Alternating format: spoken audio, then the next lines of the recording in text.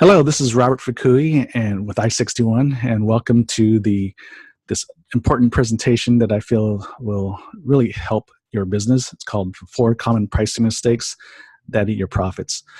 This is an area of marketing, and believe it or not, pricing is part of marketing. It's not the finance department's job. It's actually a marketing function, although the marketing and finance would work closely together to set a price. But this is an area of marketing that most marketing consultants don't touch. And I didn't really realize that until probably about 2 years ago. See, I just started consulting about 5 years ago, doing marketing, and I'll go over my background in a little bit. And I never really touched on pricing per se because all my clients usually already had prices set. But as I started to look into it a little bit more and asking my clients for their financial statements and trying to really and starting to tease things out, I understood pretty quickly that my clients were underpriced in many areas. And so we'll go over that during the course of this presentation. So first, let me go over the agenda. We'll go over the purpose of business and then defining what business is all about and the profit cycle that every business should have an understanding about and operate in. And then go through the 4 common pricing mistakes that I've seen that most small and medium-sized businesses make, and then talk about the proper approach to setting a price, which really is a value-based approach, and then 2 case studies based on 2 of my past clients, and then talk about why branding matters, especially when marketing a new value-based price, and then close it out. And so before we start, I'll give you folks a little bit of a background of who I am so you can understand where I'm coming from. I was born on the Big Island of Hawaii. And for those of you who have never been to the Big Island of Hawaii, it's this big island here. That's why they call it the Big Island, because it's the biggest one in the chain. And I was born in this little town called Kohala, right at the north point of the Big Island there. But then when I was 9 years old, we moved to San Jose, California, in the heart of Silicon Valley. That's where I grew up. Went to San Jose State University, got a marketing degree. And then my first marketing and sales position was with Coca-Cola, with the local distributor there. And then a few years later, went on to the pharmaceutical industry, where I worked for Novartis, and in Bristol Myers Squibb, where I worked the last 17 years of my career until launching full-time into my consulting practice with my business I-61 last year in September. And so my whole career has been in marketing and sales, and so how I help business grow and be profitable is through my expertise in marketing. But one of the areas recently that I've focused on, and I guess becoming an expert on, is in the area of pricing. Because as I said earlier, it is one of the 4 Ps of marketing. So whenever people are thinking about developing a marketing plan, a marketing strategy, and some campaign, they typically understand the promotion part. That's where you do your advertising and promotion, whether it's through social media or through print ad or radio or what have you. And then obviously you need a product to sell. And then how you get that product to your customer. That's the placement part. That's the distribution. How do you exchange currency for product and service?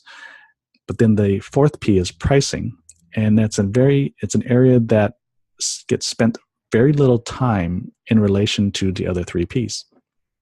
But yet it's probably the most important, because that's the most money you're going to get in the bank when you sell your product and service. After your sales price, after the sale, then everything else gets deducted, your cost of goods and your salaries and wages and then all of your other fixed operating expenses. And then what's left over, hopefully, is a profit that you'll have to reinvest into the business. But many businesses don't have a sufficient profit left over to reinvest into the business, and many times they don't make enough money to even pay themselves a regular salary.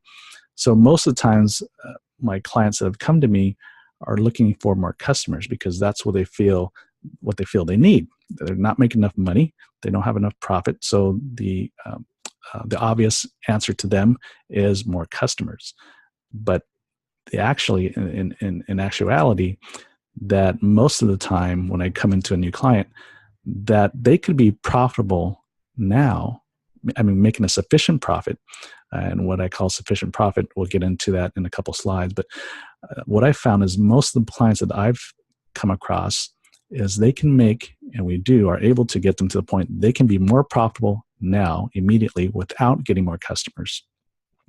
And then once we get that established, then we can go do campaigns to get more customers. So anyways, that's a little bit of my background and kind of how we got to this point in this presentation. I'm really excited to give this presentation. I've done it live with a number of groups over the last couple of years, and I did a couple of webinars, and now I just decided to make a formal recording for just everybody to view, because I feel the information here will at least get you to start thinking and taking those steps to make the proper adjustments in order for your business to make a more sufficient pre-tax profit.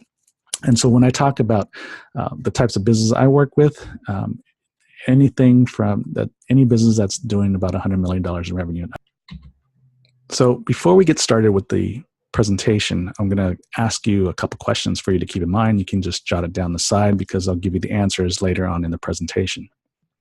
Question number 1 is, if I can guarantee you the two dollar values that I'm going to put up, if I can guarantee you a sales goal, a sales dollar amount of $2.3 million or $1.2 million in a year, which one would you take?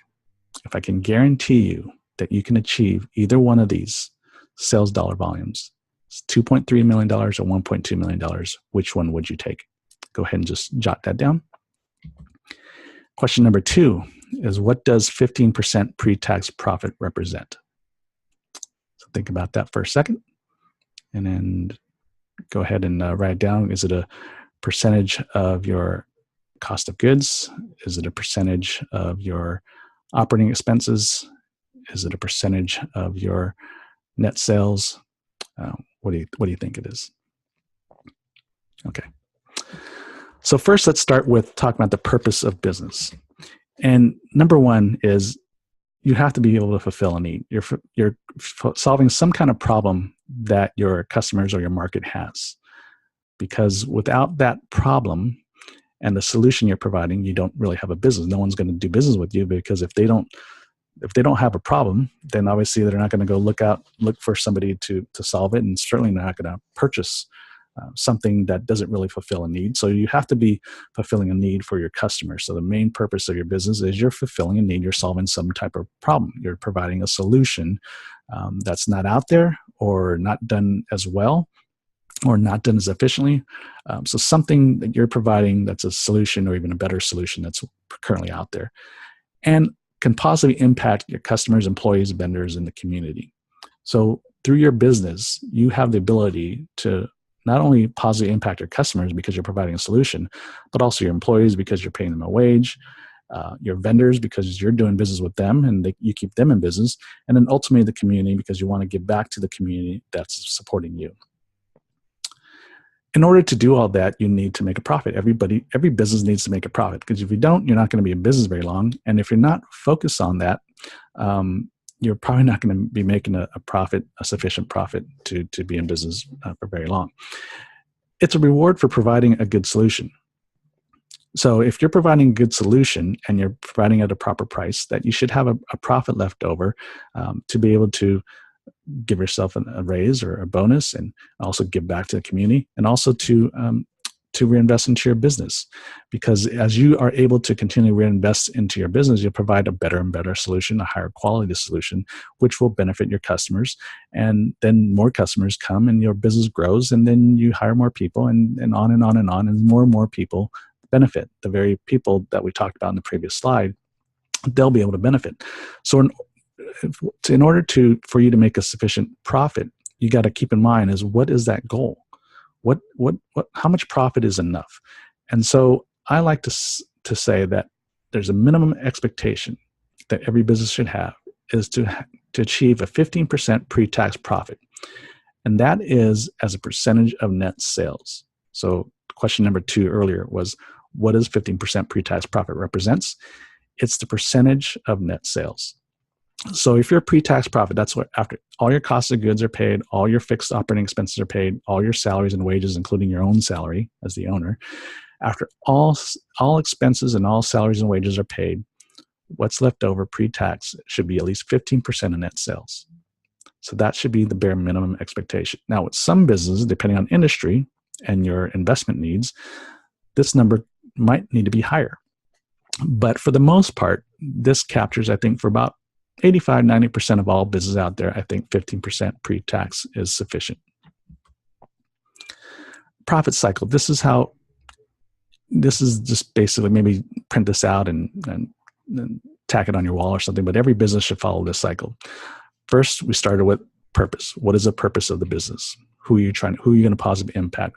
What kind of solution are you going to provide? What kind of better solution can you provide? What's going to be innovative about the product and service that you sell? And if you sell it at a price sufficient enough so that you make a profit in order for you to give back and then reinvest back into the business. And as you continue this cycle of continually being able to reinvest in the business, which means you'll build a better product, deliver a better service, you'll ultimately sell more because your customers will be more and more happy. And then your profits increase and you'll give more, and then you'll be able to reinvest more into your business. And then the business just grows and grows and grows as long as you're operating in this cycle. The problem is that most businesses aren't able to achieve a sufficient pre-tax profit to continue to reinvest into the business is because they're undervaluing themselves. Over the last couple of years, what I've found is that business owners tend to undervalue themselves personally and then price their product and services accordingly. So I'll walk into a situation and I'll see the value of the product and service that this business has, but yet the price is less than what it should be. And as I'm interviewing the owner, I quickly understand that they don't feel, for whatever, they won't say it like this, but they don't feel that the customer is going to be willing to pay the price that it's really worth. And I mean, they'll say that part. They'll say, no, they won't, my customers won't pay. And what it comes down to is, one, they've hardly ever tested that market. They just usually set a price that they think the customers are willing to pay. They rarely ever test it to even see if that's a true statement. But most of the time, it's in their head. They feel that their customers, they're kind of almost like making a decision for the customer. They'll set the price that they think the customer is willing to pay, and they don't think beyond that the customer will. But it all comes down to how they value themselves. So the symptoms of being undervalued, not just personally, but with the business. If the business is being undervalued, what you'll see is that they're busier than ever without seeing a significant increase in the profits. So sales might go up 20%, but the profits might only go up about 5%, or maybe not at all. And I've seen the opposite occur, where the sales goes up, but profits actually decrease. Yes, it is possible. And unfortunately, it happens, and I've seen it. No significant price increases in the last 2 to 3 years. Outside of the, I think 2008, 2009, besides that year, the cost of living, inflation has gone up an average of 2.4% a year. So if you're not even keeping up with inflation, if your prices haven't even increased at least that amount, 2.4, 2.5% a year, then you're behind. You're losing money. Some business owners just take what's left over. They just take an owner's draw because they're not making enough money to continually pay themselves a regular salary. And sometimes they have a pride in delivering more than they're charging. And what I'll hear is like, oh, our product, our service is better than our competition, but we charge the same amount, or sometimes they'll even say they charge less. So in their mind, they're saying that they are delivering more value. I say, no, you're just charging less and making less money. You're just undervaluing yourself, because it's okay to charge what you're worth. So here's some of the 4 common pricing mistakes that I've seen. And the first one, which is the most common one, is what is called cost-led pricing. And that's when you just take your cost of goods and you mark it up a certain percentage, say like 30% or 50%. So in the hopes of achieving a certain gross profit margin, then they'll mark up the cost of goods accordingly. Or benchmarking is when they look at the competition, look at the industry, and look at all the competitors in the landscape. And they'll try to establish where they feel they fit in as far as quality and value amongst the competitors, and then set a price accordingly. Or sometimes they try to be a low price leader to try and attract more customers. They just establish a lower price than their competitors. Or number 4 is the guess, which is usually a combination of the first 3. And so the problem with these 4 types of pricing is that neither of the methods take into account the true value of the product and service. It's strictly either just a math equation, or you're just benchmarking and just analyzing yourself. You're just comparing yourself to others. Problem is you're comparing other people's value, not your own. And it's based on what you think someone will pay as opposed to what you're really worth. And then based on buying someone's business, just like the low price leader scenario, that you're just trying to buy someone's business. People use pricing as a marketing technique. Say if I'm a low price, then I'll get more customers. And even if and the problem with that thinking is that sometimes what I've seen, and actually most of the time when they try this low price option, is even if they do get more customers than they did previously, it does not offset the loss in the profit margins. So that's a scenario when their sales volume can actually go up, but their profits go down because they're undercut their margins so much and they don't realize it, is that even when the volume goes up, they actually lose more money. So the proper approach to setting your price is what I call a value-based approach, or value-based pricing. Peter Drucker would reference this as price-led costing. So it's the opposite of one of the 4 common pricing mistakes, cost-led pricing. Well, it's price-led costing. Basically, establish your price, establish the value that you're worth, set the price accordingly, and just make sure it's enough for you to make a profit sufficient profit left over at the end of the day, at the end of the year, to be able to reinvest into the business. So what's the value-based pricing approach? What does that look like? Well, it's based on 3 tiers. One, it's your past investment, your present costs, and then your future investments. So your past investments could be things like the time and effort you took for you to start the business, to build the business, the resources and capital that you invested, the quality of the product that you build or the service that you deliver, and then your intellectual properties like your expertise, people, network, and innovation. Now, for you legal people out there, you might be thinking, well, where's the copyright, patents, and trademarks? Well, those are the objective intellectual properties for sure. Those are the legal ones. But the intellectual property that I feel is most important for every business is the subjective ones, the ones you can't measure, the ones you can't legally protect. Because one of the problems of patenting a product is once it's patented, it's public information. All that information of how you build this thing is out there. So people can copy it as close as possible without infringing. Or sometimes they'll just test the water to see if you even have the capital to even fight for your intellectual property. So a lot of times, like the KFC, sometimes it's just better to have a trade secret as opposed to patenting somebody and having all that information out as public in public domain. But your expertise, your own wisdom, your own knowledge, the people you know, the network that you have, and your own ability to innovate and be creative, those are intellectual properties that nobody can really copy. So that's a very important aspect to understand the value of your business. And then there's your present cost, which is your materials and supplies, your typical cost of goods costs, and then your direct and indirect labor. You also need to consider whether you're going to be selling wholesale or retail, because that will affect your pricing. And then if you're offering discounts or rebates, giving out sales bonuses and commissions, and of course, you have to factor in your owner's salary and administrative wages, and then your fixed operating expenses. And so, I'll go into this later, but administrative wages are here, which are separate from your direct and indirect labor, which is more of a cost of goods category, and I'll explain that later. So if you're wondering why I have labor costs listed twice, well, they're technically they are separate. These are separate types of wages that you would pay. So, for example, your direct labor up here under cost of goods would be if you have a manufacturing business, like the example I'm going to give later. The people on the production plant, on the production floor, that's your direct labor. They're the ones assembling your product. That should be categorized under cost of goods. And then the people that are just administrative, or your managers and your leaders, your CFOs, your VPs, those would be under your fixed operating expenses, under owners' salaries, wages, and administrative wages. And I'll clarify that in example a little bit later. Future investment. What's the equipment that you might have to invest into and purchase, or even upgrade? Personnel you might need to hire, building upgrades, research and development, software and hardware. Anything that will improve the value of your business, you need to factor in as far as your future investment needs.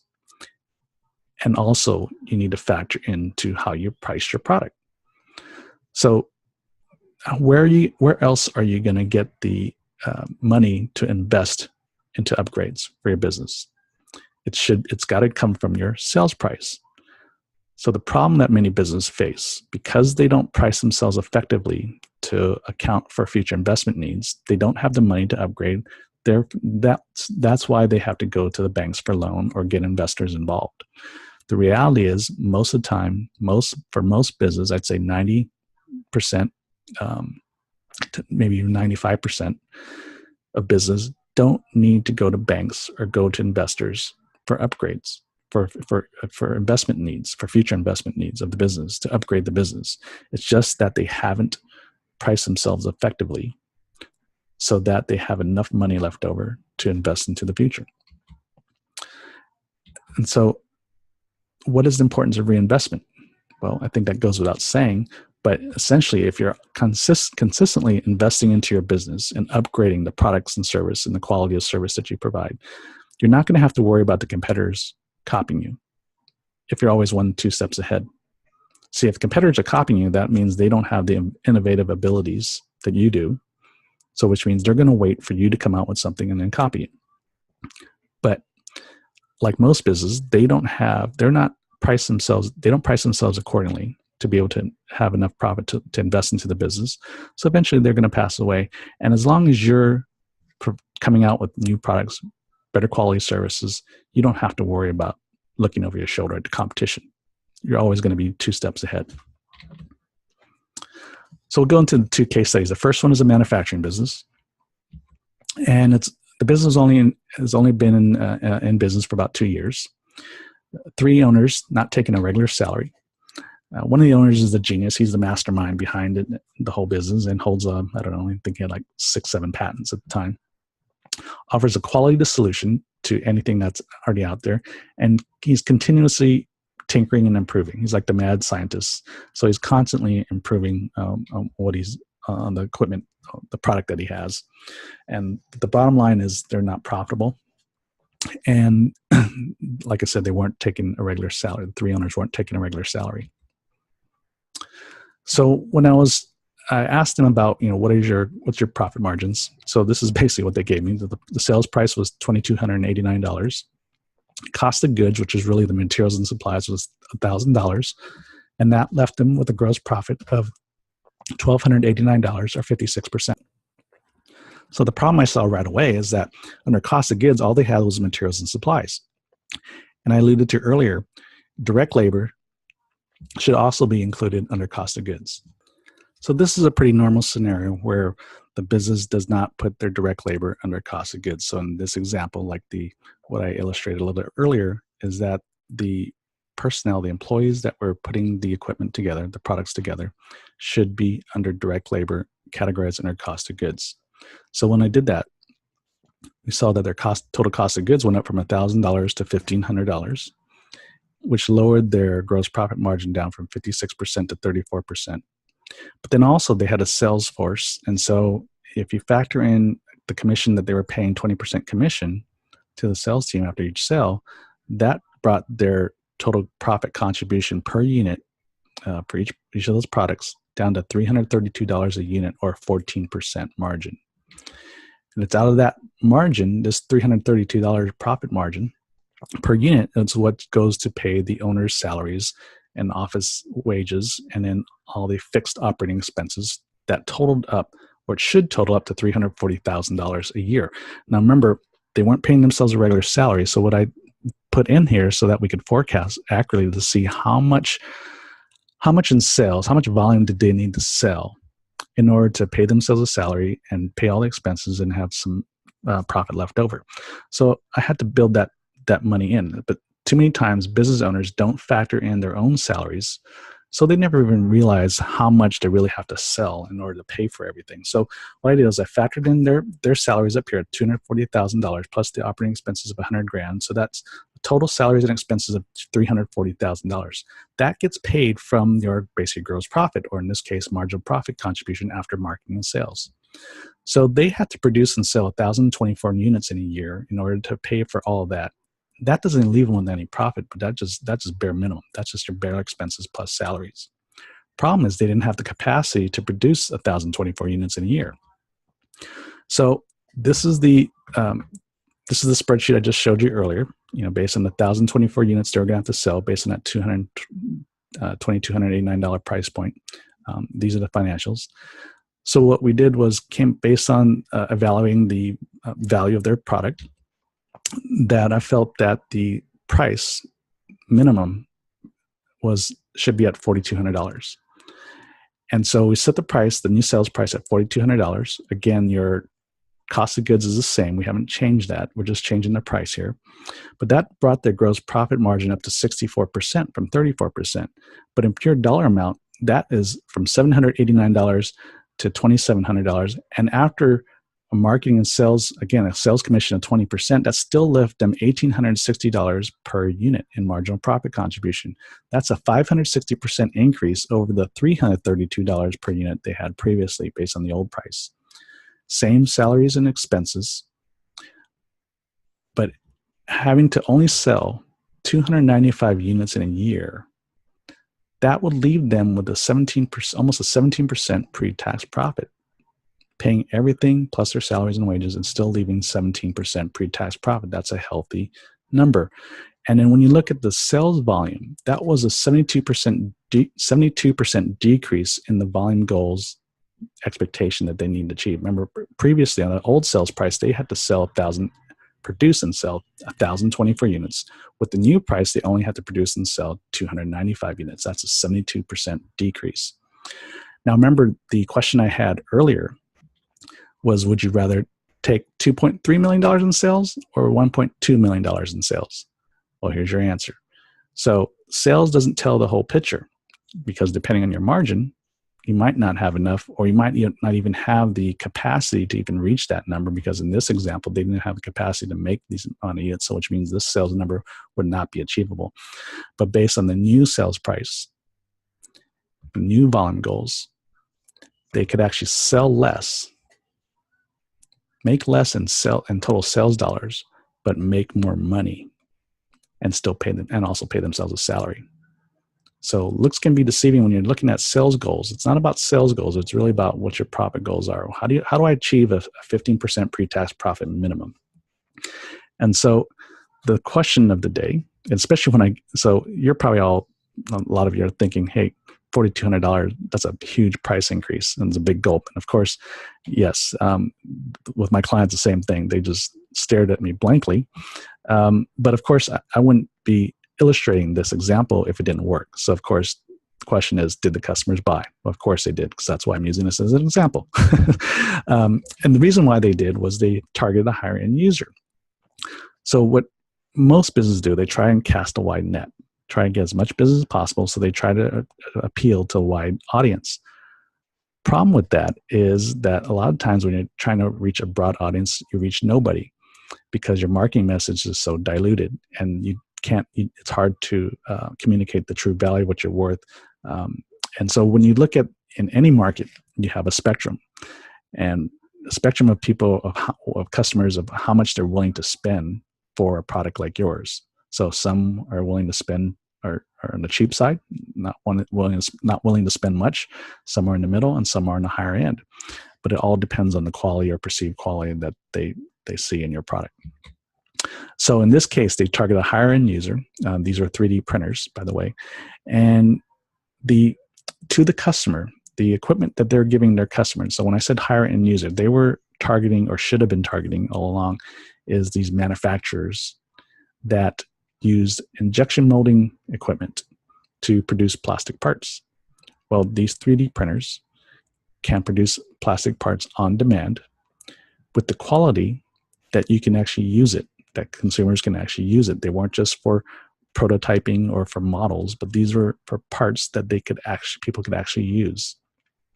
So when you incorporate these 3D printers with these companies that were using injection molding machines, what happens is they would become much more efficient, because you can buy multiple of these machines, these units, for a relatively cheap price, because these injection molding machines were in the 6-figure range. But when you look at our sales price of $4,200 per unit, they can buy 4 or 5 of them and still be a lot less expensive than injection molding machines. Now, they wouldn't replace those machines, but they would be in conjunction with or work in conjunction with. But when one 3D printer is down, the other 4, if let's say they purchase 5, if one 3D printer is down, the other 4 can still be working. Versus when the injection molding equipment goes down, the whole line goes down. So that costs them time and money. And it's also, these 3D printers, even at the new higher price, are still less expensive, and they can buy multiple units. So we're targeting a different user. So the key to selling value is once you set the optimal price, it really helps you and forces you to focus on who's your ideal target market.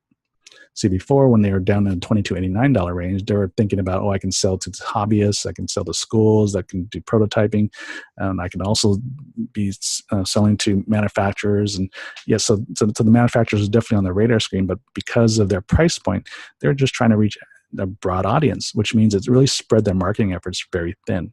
Versus now, with the new price strategy, which is priced based on what they needed to charge in order for them to make a profit, it forced them to focus on who their ideal target market is. And that's a challenge with many businesses, is that they're focused a lot of times on the wrong customer or on too many customers. So the key is to match your value to the customers who appreciate the value. So in this case here, it was actually that afternoon after we set the new sales price, they had a meeting with a new customer. The new customer bid at the new price, and not only just bought 1 unit, but bought 5. So that's a very important piece of information as well, because based on their old price strategy and trying to market to everyone, these hobbyists would just buy 1 at a time. Versus with the new market that they're going after, they'll buy multiple units at a time and at a higher price point. So it's a lot less effort, figuratively speaking, less effort. So because one purchase from a customer can mean multiple units.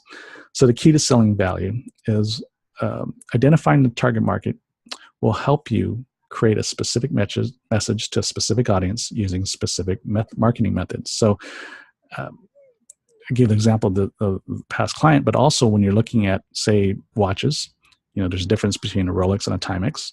So a Rolex would probably advertise in a golfing magazine or a travel magazine or a sailing magazine, versus Timex would probably promote or advertise in Sports Illustrated or the typical, just your standard neighborhood newspaper or something like that, right? Different market, different audience. But once you understand who your market is, who your audience is, then you can more better target, that's not good English, but you'll better able to target the kind of marketing efforts or marketing types of media that you would use to reach your market. So why does branding matter? Once you establish a new value-based price, you now need to be able to communicate that value very effectively. And that's where the branding comes in. So your branding is part of your communication strategy to communicate to your target market what you're about, what you represent, what your value is. Because customers will pay a premium for a good brand. So I use this coffee shop image in the background for a reason, because not too long ago, before right when Starbucks came out, that it seemed insane to pay $2 for a cup of coffee when you can go to 7-Eleven or the local gas station and pay 25 cents or 50 cents. But there was a perception, and probably rightly so, but there's that perception about better quality beans, better tasting coffee, and also for the experience, because you had this coffee shop experience that was also pretty new. So they weren't just paying for that cup of coffee, but they're also paying for the experience to be able to just hang out and relax and enjoy a cup of coffee, whether it's by yourself or with a friend. And these days when you're studying, or a lot of people use it as meeting places. And then take a step further now in the current market, Starbucks, the prices of a Starbucks coffee or latte is actually relatively inexpensive compared to some of these gourmet coffee shops that are popping up that are using more higher quality beans, better roasting methods, whatever. So for these coffee snobs, they're willing to pay even more a premium over Starbucks for what they feel is a better tasting, better quality product. So branding matters. Customers, you'll be surprised who will be willing to pay what you're worth. But you just have to understand how to communicate your value to your customers. The last case study I'm going to leave you with is another is a service-based business. The last one was a product-based business, but this one is a service-based business. And they were operating under an assumption that their gross profit margin was 95%. But when they're looking at the simplified income statement, the only thing they put down under cost of goods was their software expense. Now, as a service-based business, you have a lot of direct labor expense. But a lot of service-based businesses don't put their direct labor under cost of goods. They put it under operational expense. So they think their gross profit margins are really high, and the reality it's not. So, for example, a restaurant, from your hostess to your wait staff to your busboys to the cooks in the back, those will be all direct labor because they are basically, you've got to think about them as your production team. They're all providing the service for the meal to your customers, right? That's part of the whole experience. All those people deliver the ultimate experience to the customer having a meal at the restaurant. So they have to be under direct labor. Now, in this case, this business is a tax business, had a number 4 primary service categories and a miscellaneous category. So what I did was I took it a step further from the first example, and I had them break up their profit and loss statements by service categories or sales categories. So in this case, we had 4 primary sales categories, A, B, and C. And then looked at the gross profit margins down here on the bottom by categories. And what we found was that the gross profit margins were all across the board. Now you notice overall, their total gross profit margin is 49% as opposed to the 95% earlier, because we then factored into the salaries and wages expense and by category. So brought that gross profit margin down from 95 to basically 50%. But when you broke it up by category, you notice that the gross profit margins were very different across the board. But then when you look at the salaries and wages that they're paying, interesting enough, look at this. Service D, you're paying the most in wages, but making the less in gross profit. And service A and B, similar, where service B was a lot significantly less in gross profit versus service A. Now I'm going to just key in on service A and B for a minute, because they were the 2 services that were most alike. So I said, hey, we need to, at the very least, increase the price of service B. That was the first phase. Increase the price of service B to be more in line with service A. So what that did was it brought the gross profit margins closer in line with each other. That resulted in a 186% increase in their gross profit. Overall, total sales only went up about 16% as far as sales dollars, but it resulted in an increase of 86% in pre-tax profit. So just let that sink in for a second. So just a change, just in one service category, made a huge impact in pre-tax profit. So when you have multiple service categories or multiple sales categories, it's very wise to break up your profit and loss statement by service categories to make sure you know what your gross profit margins were by category, so you know what to address. So what was their value? Because yes, the customers bid on the new sales price. They had a higher level of expertise than most of the other tax businesses around. They just had clients that just trusted them. They weren't going to leave for just a marginal price increase, because they trust them. They did great work, and they had a high ability to relate to their clients. They really cared for them. They also had a strong relationship with the IRS, so which meant they were able to resolve issues a lot quicker than a lot of other tax businesses in their area. And they just had just a passion for business, and they just really wanted help. They just really had a high level of caring for them. So they had a high value, which was able to withstand the price increase. So in summary, set a price that matches your brand value, not others. So understand your value, and then set a price that matches that, and then target a smaller audience, one that really appreciates your brand. Really understand who your ideal target market is, and then because you'll spend less time and less effort and get more business, because you're so focused on who your ideal customer is. And it's not to say that customers outside of your ideal target market aren't going to do business. In fact, a lot of them will, because you're so efficient at reaching your target market, and they'll have such great word of mouth from your target audience because they appreciate your brand, that word of mouth just spreads. So even people outside of your target market will do business with you. Any the gains in the profit would more than offset any potential loss in customers. Usually the opposite occurs is when they have a price increase, they actually gain more customers. People make quality perceptions and value perceptions based on price. So if your price is too low than what you're trying to promote, then they think something's wrong and they don't believe you. But when your price goes up, they perceive that you must have a better quality service, product and service. The increase in profits then will allow you to invest into the business so that you can continually be able to increase the value of your product and service, and ultimately you'll be able to invest back into your community, invest back into your employees, do more business with your vendors. I mean, and just remember that profit cycle. So many people will benefit, and not even people that are just direct stakeholders to your business, but even people that are just have some kind of connection to you will benefit from the success of your business. So that's the 4 common pricing mistakes. I hope that helps you. I know every time I give this, I get a lot of questions, but ultimately it always gets people thinking, opens up their eyes, and they start to go back and make changes. For those of you that want to take a little bit of a deeper dive into this and really maybe even go into even the details of your business, feel free to contact me at the email address here on the screen, as well as my cell phone number is there as well. So I hope this helps. Good luck with your business.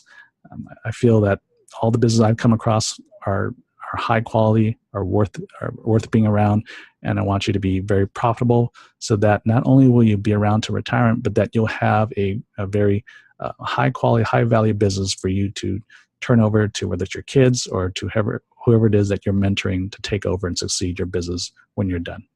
So God bless you and have a great day.